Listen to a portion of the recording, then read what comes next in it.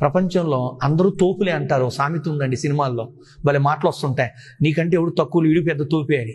అట్టనే ప్రపంచంలో కరెక్ట్గా చూస్తే అందరూ తోపులేనండి. ఎవడి పనిలో వాడు, ఎవడి స్థాయిలో వాడు, ఎవడి మతంలో వాడు, ఎవడి కులంలో వాడు పెద్ద తోపు అండి. నువ్వు అనుకుంటున్నావు నువ్వే తోపు అనుకోని. ఎప్పుడు కూడా తక్కువ చేసి మాట్లాడొద్దు, చేదరించుకొని మాట్లాడొద్దు, దులపరించి మాట్లాడొద్దు, దూషించి మాట్లాడవద్దు. ఎట్ట మాట్లాడాలా? ప్రేమతో, ఇష్టంతో, మనస్ఫూర్తిగా మాట్లాడండి, హక్కుతో మాట్లాడండి. హక్కుతో కాదు, హక్కునతో అంటే నావాడుగా మాట్లాడండి. ఆ మాటలు మాట్లాడితే మీ సొమ్ము ఏం పోతుంది, మీ ఇన్వెస్ట్మెంట్ ఏం పోతుంది, మీ లైఫ్ ఏం పోతుంది, మీ ఆయుష్ ఏం పోతుందండి? ఎందుకంటే ప్రతి వాడితో చాలా మంది మాకు కూడా వస్తుంటారు, ఎవరిక్కడ నువ్వేనా యోగా చెప్పేది, నువ్వేనా? అసలు భలే ఉంటాయండి. మరి వాళ్ళ డబ్బు మాట్లాడిస్తుందేమో నాకు అనిపిస్తుంది, లేదు వాళ్ళ కులం మాట్లాడిస్తుందేమో నాకు అనిపిస్తుంది, లేదు వాడిలో పొగరు మాట్లాడిస్తుందో, అహంకారం మాట్లాడిస్తుందో అనిపిస్తుంది. చాలా కొంతమందికి అండి ఎదుటి వ్యక్తిని ఆకట్టుకోవడం తెలవదండి. మీ డబ్బులు ఆకట్టుకుంటున్నాయి అనుకోవడం మీ భ్రమ, మీ పదవితో మాట్లాడుకుంటున్నారని కూడా మీ యొక్క భ్రాంతి. నిజంగా మీ మనసుతోనే ఆకట్టుకోగలరండి, మంచి మాటలతోనే ఆకట్టుకోగలరండి.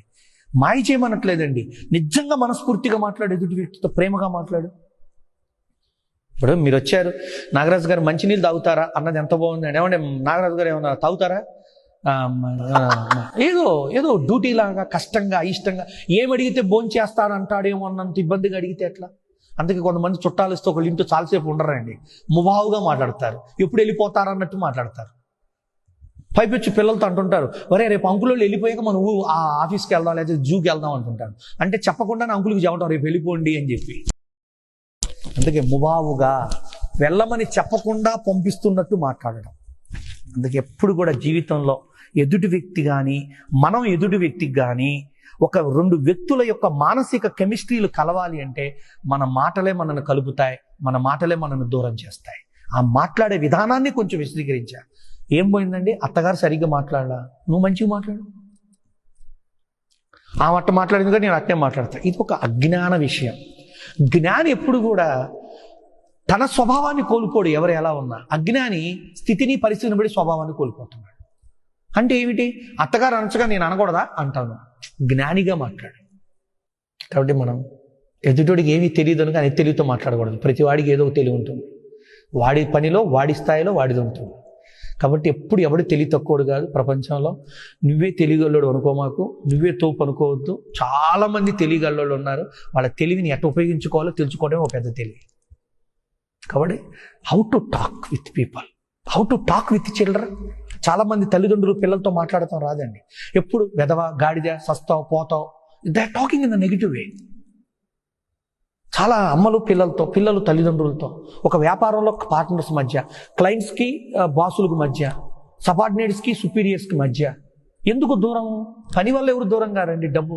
నువ్వు మాట్లాడేదాన్ని బట్టే నువ్వు దూరం అవుతున్నావు అందరికీ. నేను చాలా మందికి చెప్పాను, చాలా మందిని మార్చాను. ఒకరి దాకేందుకు నాగరాజు గారు, నన్ను నేనే మార్చుకున్నది తెలుసుకున్నాను. I changed my attitude. నాకు తెలియకుండా ఒకసారి కోపం వస్తుందండి, నాకు తెలియకుండా ఒకసారి ఇరిటేషన్ వస్తుందండి.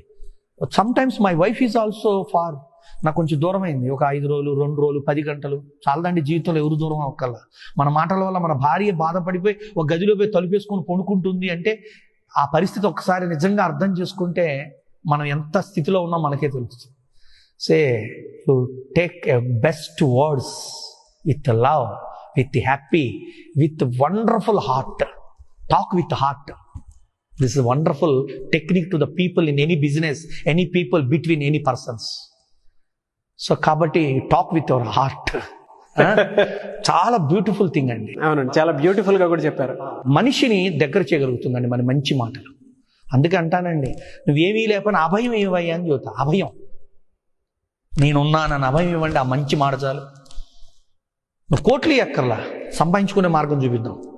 అభయం ఇవ్వండి, అభయం ఇవ్వండి. ఎవరికైనా మంచి మాట ఇవ్వండి. ఎందుకండి దానికి బాధపడతారు? మేము ఉన్నాం కదా రండి అని ఒక మాట. మీ ఇరుగు పొరుక్కి ఎవరికైనా ఇబ్బంది వస్తే మంచి మాట ఇవ్వండి. ఎవరో సూసైడ్ చేసుకోవాలనుకుంది ఒక అమ్మాయి, వాళ్ళ ఫ్రెండ్ చెప్పింది తప్పే అదే అని. చివరికి వాళ్ళ 5గురు కలిసి అమ్మాయి నా సెంటర్కి చేర్చారండి. ఆ అమ్మాయి ఏ స్థాయికి వెళ్ళిపోయిందంటే ఇవాళ డాక్టరేట్ తీసుకుందండి. ఈ 8 సంవత్సరాల క్రితం సూసైడ్ అమ్మాయి ఇవాళ డాక్టరేట్ తీసుకొని పేపర్లో మొత్తం, టీవీలు మొత్తం, కర్ణాటక గవర్నమెంట్, తెలంగాణ, ఆంధ్ర గవర్నమెంట్లలో అమ్మాయి పేపర్లన్నింటిలో అమ్మాయి వచ్చింది. టీవీలో కూడా వచ్చింది మొన్న. వన్స్ సూసైడ్ చేసుకోవాలని వచ్చి తన స్నేహితులు ఇచ్చిన ఒక ఏమంటారు, బర్వాస్ నా దగ్గరికి తెచ్చారు, యోగా చేర్చారు. అమ్మాయి గురించి అంతా చెప్పారు. ఎందుకమ్మా దీనిగా చచ్చిపోతే ఏముంది, నువ్వు సాధించాల్సినవి చాలా ఉన్నాయి, సచ్చి సాధించలేవు, బ్రతికి సాధించాలని ఒక మాట ఇచ్చానండి అమ్మాయికి. నేను సచ్చి సాధించలేనివి బ్రతికి సాధించగలిగినవి బోల్డ్ అని ఉన్నాయి అన్న ఒక్క లైన్ గుర్తుపెట్టుకుని మొన్న వచ్చి ఆ గోల్డ్ మెడల్ తెచ్చి నాకు చూపించి దండం పెట్టుకుని ఫోటో దిగి వెళ్ళిపోయింది. సో నేనేమి ఇచ్చానండి అమ్మాయికి, డబ్బులేమి ఇలా ఒక మంచి బలమైన మాట ఇచ్చాను. కాబట్టి జీవితంలో నాతో ఉన్నవారు, మీతో ఉన్నవారు, ఎవరితో ఎవరున్నా వాళ్ళు మనతో ఉండాలి అనిపించాలంటే మన మాటలే, మన నుంచి వెళ్ళిపోవాలనిపించాలంటే కూడా మన మాటలే. అట్లాంటి మాటలు సామరస్యంగా, సౌమ్యంగా, సుమారంగా, మధురంగా మాట్లాడితే ఈ ప్రపంచంలో కోల్పోయేది ఏంటండి, వచ్చేదే ఉంది. కానీ కాబట్టి మీరైనా నేనైనా నేర్చుకోవాల్సిన ఒక అద్భుతమైన పాఠం నాగరాజు గారు ఇది. కాబట్టి మన వేదాల్లో, మన పురాణాల్లో ఎలా ఉండాలని చెప్పిన దాంట్లో ఇది కూడా ఒక పాఠమేనండి. అంటే లౌకిక భాషల్లో తెచ్చి చెప్పాను.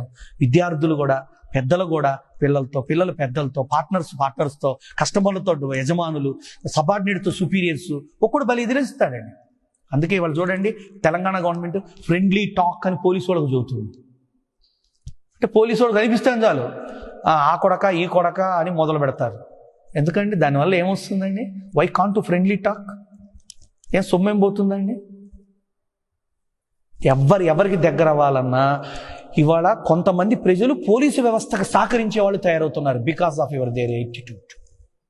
కొంతమంది పోలీసులు అంత అద్భుతంగా ప్రజలను అర్థం చేసుకుంటున్నారు. కొంతమంది అధికారులు ఎవరైనా ఆపదొచ్చిపోతే భలే దగ్గరకు తీసుకుంటున్నారండి. కొంతమంది మాత్రమే వాళ్ళ వ్యవహారికతనండి, మాటలనండి, అసలు అక్కడికి పోకూడదు అనిపించే స్థాయి చేస్తున్నారు. ఒకే డిపార్ట్మెంట్లో కొందరు అట్టుంటున్నారు, కొందరు ఇట్టుంటున్నారు. భార్యకి దగ్గరైన వాళ్ళు భర్తకు దగ్గర కాలేకపోతున్నారు బంధువులు. ఎందుకు, భార్య సౌమ్యంగా మంచి పలకరింపిస్తుంది అంతే. ఒక్కోసారి భర్తకు అది కూడా సహకరించుకోలేడు, అది కూడా ఒప్పుకోలేడు. నువ్వు భలే మాట్లాడతావు, నేను ఉన్నది చెప్పేసి నేను షట్డౌన్ అయిపోతున్నాను అందరికీ అని భార్య మీద అసూయ పడతా ఉంటాను.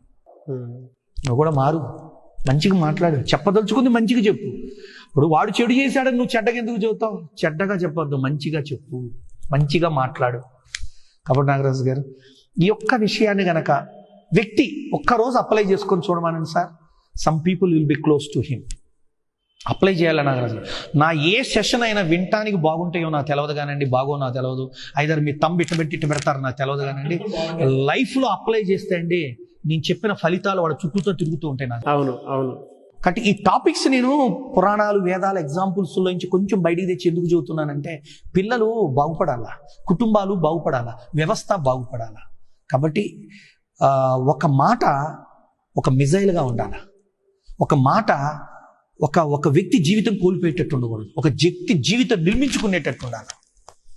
అందుకే మా పాత్రకు మేము ఎంతమందిని నిర్మించగలం, ఎంతమందిని బతికించగలం, ఎంతమందిని బాగు చేయగలం అని ప్రయత్నిస్తూ ఉంటాం నాగరాజు గారు.